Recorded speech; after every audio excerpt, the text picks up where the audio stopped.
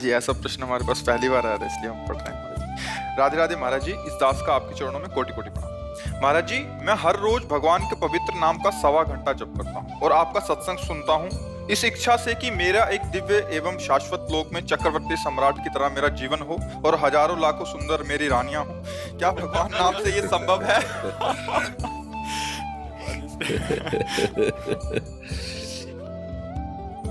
कोई बात नहीं बच्चा, धन्यवाद है। आप मेरे प्रभु से तो जुड़े ना, वो कर तुम अकर तुम अन्यथा कर तुम सर्व समर्थ है। देखो, आपको हम अंदर से बता दें, आज भी जो पत्नी पुत्र परिवार आदि के रूप में वो श्री कृष्ण ही है, पक्का समझ लेना। उनके सिवा किसी की सत्ता नहीं। वही जब अंतर ध्यान हो जाते तो हम लोग शरीरों से प्यार नहीं करते। यदि आप ऐसा मानोगे तो अपने आप को हजारों रानियों के रूप में प्रस्तुत करके आपके हृदय में बैठ के स्वयं भोक्ता और स्वयं कर्ता बन करके वो अपने आप से अपने आप में खेलते हैं। आप करो, आराधना करो, और तो अगर वो चाहेंगे तो आपकी इस आकांक्षा को पूर्ण करेंगे, नहीं आकांक्षा को गायब कर देंगे। आपको खुद लगने लगेगा नहीं नहीं, मैं बड़ी भूल कर रहा था। प्यारे, आपके सिवा मुझे कुछ नहीं चाहिए, बस मैं आपको देखना चाहता हूँ, आपके संग रहना चाहता हूँ। ऐसा भी आ सकता है, क्योंकि अभी कोई तुम सिद्ध भाव वाले थोड़ी हो गए, क्योंकि ये तो पार्थिव भोग विलासिता का भाव है, नहीं है अज्ञान, जिसे अज्ञान कहते हैं। भोग विलासिता का भाव अज्ञान ही तो है ना। तो आप किसी भी, हम धन्यवाद इसीलिए शब्द दिया कि आप प्रभु से जुड़े ना, तो भगवान ने अपने 4 भक्तों को कहा है, आर्त, अर्थार्थी, जिज्ञास और ज्ञानी। ये अर्थार्थी के अंतर्गत आता है। जो भोग विलासिता है ना, आर्त आता है संकट निवृत्ति के लिए, और अर्थार्थिक मतलब समस्त भोग विलासिता। तो धन्यवाद इसलिए दिया कि भोग विलासिता प्रभु से मांग रहे हो, इसलिए हम तुम्हें धन्यवाद दे रहे हैं। वो कोई साधक नहीं है, वो शुरू किया है भगवान से जुड़कर अर्थार्थी भाव से। तो हमारा कर्तव्य बनता है उसके उस भाव को पुष्ट करके भगवान में श्रद्धा विश्वास दृढ़ कर देना। और उनका काम यह है कि जीव के हृदय से वासना का नाश करके उपासना स्थापित कर देना। इसलिए प्रशंसनीय विषय यह है कि भगवान से जुड़े। निंदनीय विषय यह है कि माया की मांग है। अब वो पूर्ण करना चाहेंगे तो ये भी उनके लिए कोई बड़ी बात है। अनंत ब्रह्मांडों की सुंदरियों का सृजन उन्होंने तो किया है, अपने आप से अपने आप पे सृजन किया है।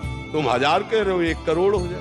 पढ़ा है भागवत में, एक राजा के 1 करोड़ रानियां थी, जो बाद में वृत्तासुर के रूप में प्रगटे ना, वे चित्रकेतु ऐसे नाम, जिनकी 1 करोड़ रानियां थी। 1 करोड़, साल में 365 दिन होते हैं, कितने वर्ष में जाते होंगे भाई?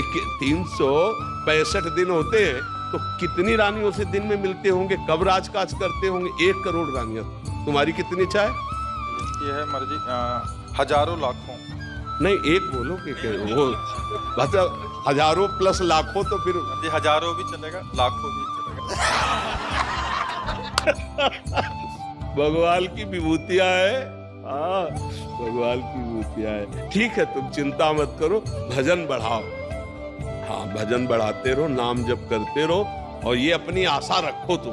हम तुम्हारी आशा को सपोर्ट करते हैं, क्योंकि किसी भी तरह से भगवान से जुड़ना, ये हमारे शास्त्रों का सार है, उसका परम मंगल हो जाता है।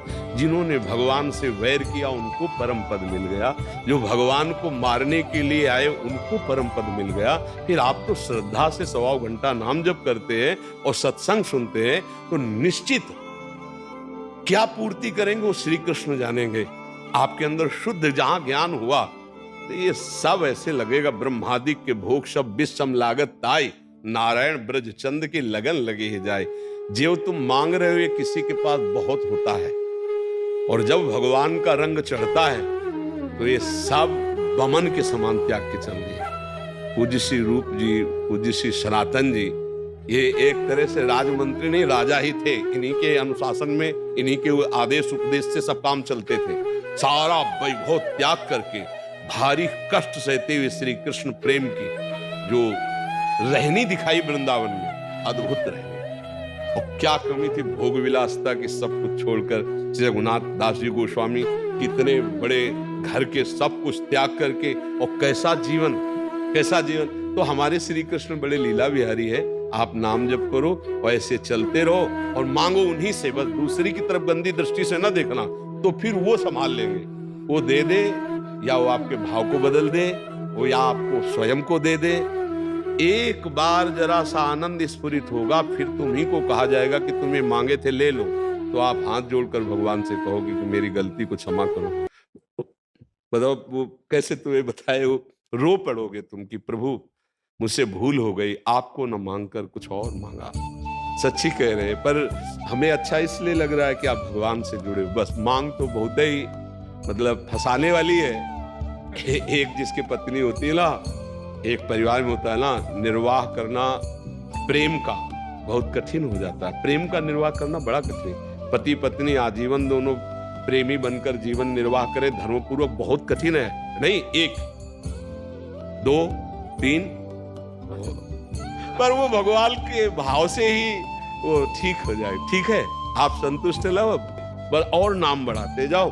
और अब ये किसी से कहना नहीं। अर्थार्थी, जिज्ञासु और ज्ञानी, भगवान ने चारों को अपना भक्त माना है।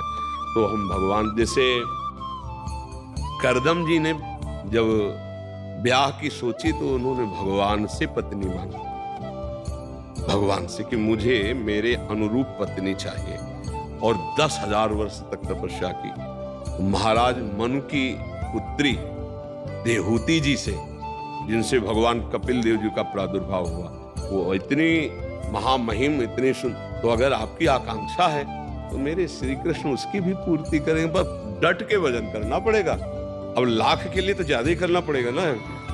अब एक की बात होती तो चलो 1.25 घंटे में चल जाता, अब लाख तक के लिए तो 24 घंटे आना पड़ेगा। और हम पक्का कहते 24 घंटे वजन चलने लग जाए तो फिर अगर रो के आप ना कहोगे यही बात की महाराज मुझसे गलती हो गई, मुझे बिल्कुल नहीं चाहिए, अगर ये ना निकल पड़े तो मैं बता देना, बस भजन होने दो।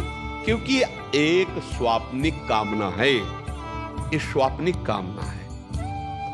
देखो आप लाख हजार की बात कह रहे होगे, स्वर्ग में करोड़ों ऐसी अप्सराएं हैं कि अगर एक उतर आवे ना यहाँ मृत्यु लोक में तो मूर्छित हो जाते हैं बड़े बड़े ऋषि मुनि देख के।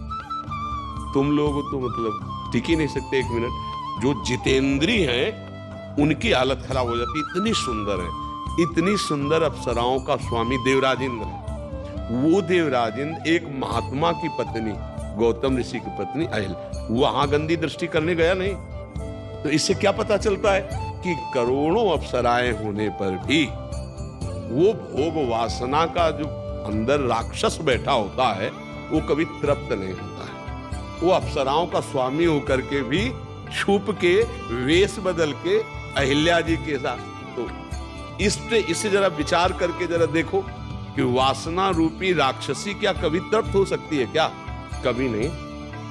मतलब विचार करो, देवराज इंद्र पदवी, करोड़ों अप्सराओं गंधर्वों का स्वामी, और वो एक महात्मा की पत्नी के साथ छुप करके वेश बदल करके वहां गलत भावना। मुझे लगता है कि भगवान का आश्रय भजन यदि चलता रहे तो ये वासना रूपी राक्षसी नष्ट हो जाएगी उपासना से, नहीं तो ये बहुत कभी अगाने वाली नहीं, कभी नहीं अगाने वाली। इसलिए नाम जप करो और ठीक है ऐसे ही जुड़े रहो। वो करुणा निधान ज्ञान विज्ञान संपन्न है, वो अंदर सब ज्ञान दे देंगे।